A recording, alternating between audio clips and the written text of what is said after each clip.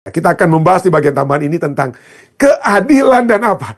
Kesabaran. Ya. Kenapa ini keadilan dan kesabaran ini menjadi satu topik yang ingin saya bawakan? Inilah yang kita sering pertanyakan. Ya. Kita ingin supaya ada keadilan dari Tuhan. Kita seperti pemazmur seringkali berteriak, Tuhan, berapa lama lagi? Berapa lama lagi kami berada dalam penderitaan ini? Berapa lama lagi kami harus menanggung penderitaan ini? Dalam Wahyu Fatsal 6 kita sudah sering lihat bagaimana jiwa-jiwa yang di bawah mezbah berteriak, umat-umat Allah, umat-umat manusia yang sudah menerima Yesus Kristus tapi kemudian mengalami penderitaan dalam dunia yang penuh dengan dosa. Kita berteriak, Tuhan, di mana keadilan-Mu? Kita sudah tidak sabar.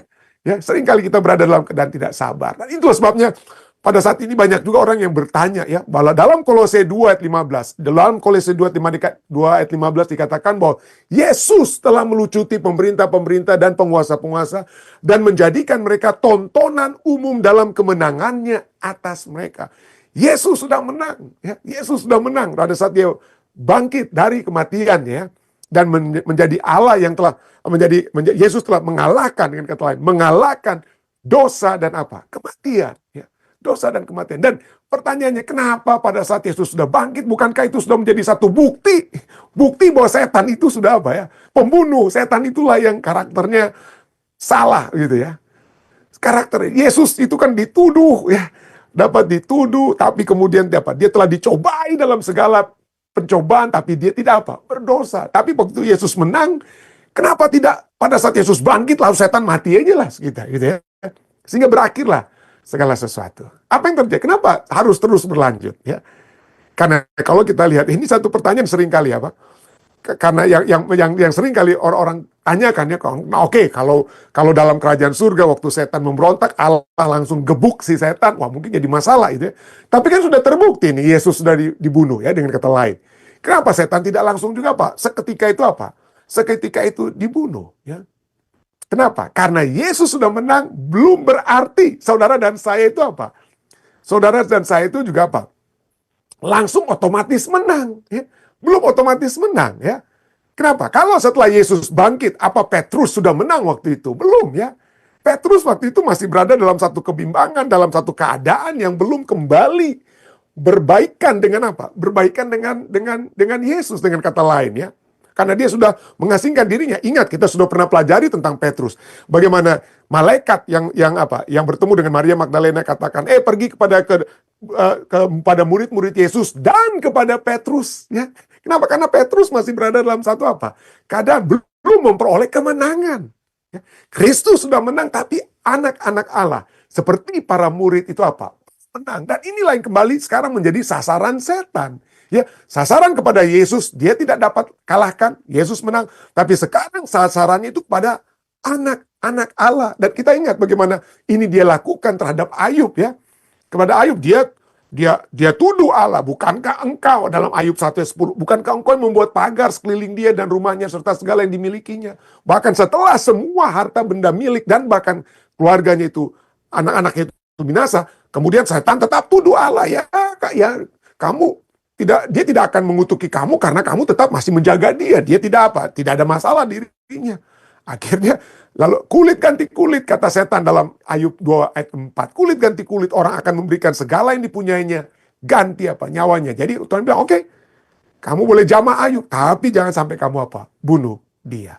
Itulah ya. Jadi peperangan untuk kemenangan sekarang adalah kemenangan Kristus sudah pasti. Dan kemenangan Kristus dapat menjadi kemenangan bagi saudara dan saya. Tetapi kemenangan bagi saudara dan saya itu juga harus dibuktikan seperti Kristus yang sudah menang. Kita seperti Petrus setelah Yesus bangkit sekalipun. Belum kita lihat memiliki kemenangan. Ya. Kenapa? Karena kemenangan itu hanya dapat terjadi kalau hubungan yang rusak oleh dosa itu dapat hubungan rusak itu dapat diperbaiki. Tadi kita sudah baca, diperbaiki oleh sebab dengan darah Kristus kita kembali bertobat ya, meminta pengampunan dosa seperti hari pendamaian, hari Grafirat di zaman Perjanjian Lama ya, pada saat umat-umat manusia berdosa sekali setahun secara seluruhnya, itu mereka harus diperdamaikan dengan Allah pada hari Grafirat. Jadi manusia, Yesus sudah menang, manusia kembali harus dapat memperoleh kemenangan itu pada saat kita memiliki satu hubungan, menerima kembali keselamatan, menerima keselamatan yang Allah sudah siapkan dan berikan. dan dengan iman terus berjalan bersama-sama dengan Yesus. Itulah sebabnya tidak bisa dia langsung dibunuh setan. Ada aturan mainnya ya. Itulah sebabnya Alkitab katakan dalam Wahyu 12 ayat 17, maka marahlah naga itu kepada, pertama dia mencoba untuk membunuh anak putra daripada perempuan ini ya. Itu perempuan itu gambaran daripada gereja. Anaknya itu siapa? Yesus Kristus. Tapi kemudian Yesus Kristus apa? Naik ke surga ya. Dan Wahyu 12 ayat 17 katakan, maka marahlah naga itu kepada perempuan itu lalu pergi memerangi keturunannya yang lain. Umat-umat Allah. Ya, umat-umat Allah yang lahir dari gereja yang murni, wanita yang murni. Ada wanita yang pelacur, gereja yang tidak murni ya, wanita pelacur. Tapi dalam Wahyu 12 berbicara tentang wanita atau perempuan yang murni ini. Lalu setan mencoba untuk menghancurkan ya, gereja yang murni tersebut. Dan pergi memerangi keturunan yang lain yang menuruti hukum-hukum Allah dan memiliki kesaksian Yesus. Jadi disinilah kita lihat bahwa setan sekalipun Yesus sudah menang, tapi kepada setan waktu masih diberikan. Bukan untuk supaya setan memperoleh kemenangan lagi ya dengan lain, tapi untuk secara penuh membuktikan keadaannya yang sesungguhnya. Ya. Waktu diberikan bagi setan, poin pertama. Waktu diberikan bagi setan untuk mengembangkan secara penuh pemberontakannya. Dia bukan hanya memberontak melawan melawan Allah dan anak Allah yang dia bunuh, tapi sekarang dia melawan keturunan atau orang-orang yang percaya kepada Allah. Seperti kepada Ayub. Sekarang itu adalah seluruh umat manusia yang menerima keselamatan yang Yesus sudah tawarkan. Jadi mengembangkan secara penuh pemberontakannya yang memperlihatkan seperti apa sebenarnya pemerintahannya setan tersebut. Waktu juga diberikan setelah Yesus naik ke surga. Bagi peragaan karakter Allah yang kontras dengan karakter setan. Allah yang memberikan kebaikan. Terus dapat kita lihat dalam dunia ini umat-umat Tuhan ya dapat merefleksikan karakter Allah dibandingkan dengan orang-orang yang percaya ataupun mengadopsi ya kerajaan setan kata lainnya. Disitulah peragaan karakter Allah itu dapat terlihat melalui umat-umat manusia yang berada di pihak Allah dan yang berada di pihak setan. Dan juga tentunya itu melambangkan karakter dari Allah dan karakter setan itu sendiri. Yang ketiga, waktu diberikan bagi pembenaran hukum, bagi kasih, bagi keadilan Allah di hadapan seluruh alam semesta sehingga tidak akan ada lagi pertanyaan. Kenapa? Karena setan menunjukkan karakter aslinya bukan hanya kepada anak Allah, tetapi juga kepada anak-anak yang diadopsi oleh Allah, yaitu umat-umat Allah yang percaya kepadanya. Itulah sebabnya Roma 3:4 katakan, supaya apa? Supaya engkau, Rasul Paulus menulis, supaya engkau Allah ya, supaya engkau ternyata benar dalam segala firman-Mu dan menang jika engkau dihakimi. Ya. Jadi sekali lagi, yang dihakimi bukan hanya karakter Allah, tapi juga karakter Ayub. Ya. Karakter Ayub juga dihakimi. Wah, Ayub itu kan menurut engkau Tuhan hanya karena engkau yang sudah berkongsi kan dengan Ayub. Jadi karakter Allah itu dapat dihakimi secara langsung atau secara tidak langsung melalui umat-umatnya. Dan Allah dapat dihakimi melalui keberadaan saudara dan saya. Tapi karakter Allah yang menjadi bagian kehidupan kita. Yesus, Rasul Paulus yang berkata, bukan lagi aku yang hidup dalam diriku, melainkan Kristus yang hidup.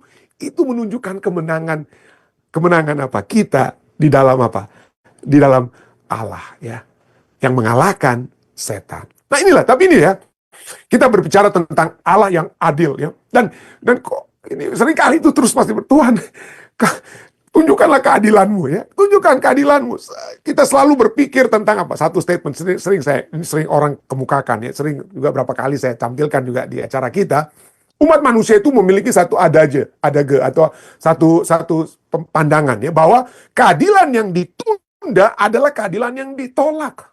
Jadi kalau sampai saya tidak menerima keadilan yang seharusnya saya terima sekarang, berarti keadilan itu sedang ditolak bagi saya. Kita umat manusia maunya, kalau saya memperoleh keadilan, biarlah itu terjadi sekarang keadilan itu terjadi. Itu kita maunya. Makanya kita selalu bertanya, Tuhan, kenapa enggak setan itu dibunuh dari dulu aja?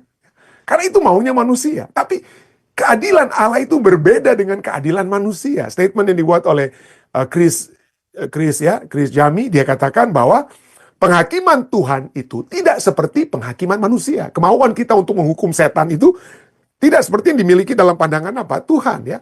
Penghakiman Tuhan tidak seperti penghakiman manusia. Penghakiman Tuhan bukanlah penghentian kasihnya. Kita mau setan itu dihantam gitu ya, supaya tidak ada lagi kasih itu pada setan. Atau dalam kasus umat manusia, kita mau keadilan dinyatakan bagi kita, supaya apa? Ada orang yang telah berbuat jahat kepada kita itu tidak dapat menerima kasih karunia lagi ataupun berkat untuk mereka. Harus apa? Diputuskan mereka bersalah dan kita yang benar. Itu kan kita ya. Tapi bagi Tuhan berbeda. Penghakiman Tuhan bukanlah penghentian kasihnya. Melainkan penghakiman Tuhan itu adalah perpanjangan kasihnya. Keadilannya selalu adil. Keadilannya selalu adil. Jadi penghakimannya selalu kasih. Kasih. Jadi di sini kita lihat kalau kita seringkali membeda-bedakan. Kalau kita kasih, ya udah kita ya izinkan aja dia dalam apa. Oh, karena saya mengasihi Anda, maka saya tutup mata terhadap kesalahan Anda. Tidak perlu Anda dihakimi. Ya. Itu kalau pandangan kita sebagai manusia. Ya. Keadilan dan kasih itu tidak pernah berjalan bersamaan. Ya. Kalau kita adalah seorang yang adil, yang menegakkan keadilan, maka keadilan itu buta. Orang yang kita cintai itu dalam kebutaan pengadilan itu kita tidak bisa apa? Kita tidak boleh apa? Berikan kasih kepada mereka dengan kata lain ya. Tapi beda dengan Allah kita ya. Beda dengan Allah. Karakter Allah itu kedua-duanya kasih dan keadilan. Dan kalau kita lihat dalam banyak firman Tuhan, salah satunya adalah Yesaya 30 ayat 18, kasih dan keadilan itu selalu apa? Ditampilkan bersama ya. Tampilkan bersama. Yesaya 30 ayat 18, sebab Tuhan menanti-nantikan saatnya hendak menunjukkan kasih-Nya kepada kamu.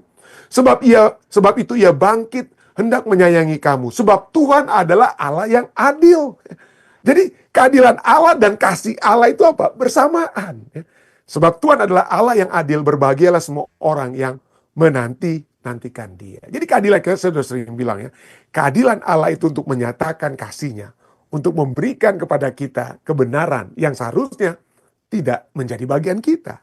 Kita yang seharusnya mati, tapi kita memperoleh kehidupan. Ya. 2 Korintus 5 ayat 10 katakan, sebab kita semua, bukan hanya orang jahat, semua orang, kita semua harus menghadap takhta pengadilan Kristus, supaya setiap orang memperoleh apa yang patut diterimanya, sesuai dengan yang dilakukannya dalam hidup ini, baik ataupun jahat. Oke, kan ayat Alkitab katakan tidak ada seorang pun yang baik, ya kan? Ayat Alkitab katakan tidak ada seorang pun yang baik. Kita semua adalah orang yang telah bersalah. Jadi bagaimana ini kita patut menerima kejahatan kita, upah atas kejahatan kita? Upah atas kejahatan kita itu, pada saat kita bawakan kepada Tuhan untuk memperoleh pengampunan, disitulah kasih Allah itu apa? Menutupi kejahatan kita. Disitulah keadilan itu dapat dijalankan oleh sebab kasih yang menutupi kejahatan yang telah kita apa? Telah kita minta, telah kita nyatakan kepada Tuhan. Ya. Itulah pentingnya, itulah sebabnya penting bagi kita untuk apa? Selalu introspeksi diri kita, memohon pengampunan atas segala kesalahan dan apa? Dosa-dosa kita. Supaya kita dapat apa? Dibenarkan. Kita tidak lagi dinyatakan apa? Bersalah. Tapi inilah kembali kepada tentang kasih dan apa? Dan kesabaran Allah ini ya. Jadi kasih Allah ya dan keadilan itu selalu berhubungan erat ya. Dan pada saat keadilan Allah itu apa? Keadilan Allah itu seperti tidak terlihat, itu bukan berarti itu tidak akan ada keadilan Allah. Bukan demikian ya. Keadilan Allah mungkin tertunda, God's justice may be delayed, tetapi tidak akan terbantahkan. Pasti apa? Pasti terjadi. Itu sebabnya keadilan Allah itu tertunda tapi pasti. Dan ada ayatnya misalnya Keluaran 34 ayat 6 dan 7. Bicara tentang kasih Allah, tapi keadilan juga apa? Nyata dan itu pasti terjadi.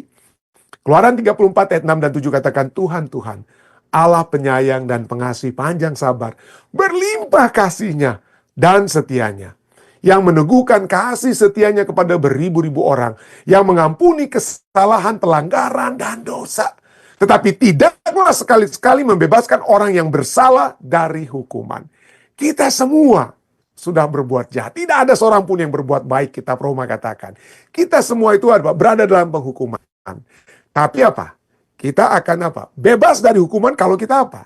Kalau kita mengakui dosa-dosa kita. Ya. Kalau kita mengakui dosa-dosa kita, tidak akan ada yang akan apa? Tidak akan ada penghakiman atau penghukuman kebinasaan yang akan menjadi bagian kita. Jadi keadilan Allah itu dapat tertunda, tapi apa? Tapi pasti Allah sabar, ya. Dan dia tahu kapan. Ya.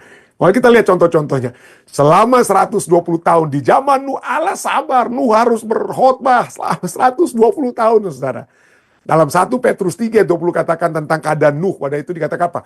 Mereka yang dahulu, orang-orang yang tidak mau bertobat ini, Pak. Mereka yang dahulu pada waktu Nuh tidak taat kepada Allah. Ketika Allah tetap menanti dengan sabar. Allah menanti dengan sabar. Waktu Nuh sedang mempersiapkan bahteranya, di mana hanya sedikit, yaitu 8 orang yang diselamatkan oleh air bah itu. Jadi Allah memiliki kesabaran. Dia selalu memberikan kesempatan. Kesempatan supaya tidak ada seorang pun yang akan binasa, melainkan supaya semua kita beroleh kehidupan yang kekal. Tidak dapat kepada penghukuman Allah karena kita mengakui dosa-dosa kita. Apa yang terjadi dengan orang-orang di Kanaan yang kemudian harus dipunahkan oleh orang-orang Israel telah dikatakan kepada Abraham pada saat janji tentang tanah perjanjian yang diberikan kepada keturunan Abraham. Allah berfirman kepada Abraham, ya, tentang kesabarannya selama 4 abad, 400 tahun terhadap kejahatan orang Kanaan. Kejadian 15 ayat 16, Allah katakan apa? Tetapi keturunan keempat daripada Abraham, ya, Allah katakan kepada Abraham, tapi keturunan yang keempat, keturunanmu yang keempat setelah 400-an tahun, ya, keturunan yang keempat akan kembali di sini ke tanah Kanaan.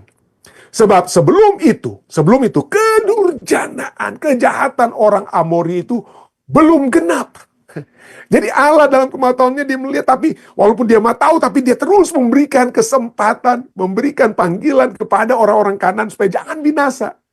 Jangan binasa. Tapi itulah sebabnya kasih Allah itu apa? Diberikan. Dan coba kita lihat kepada orang Mesir. Kenapa harus ada 10 tulah diberikan oleh Tuhan? Ya? Apa supaya genap? Ya?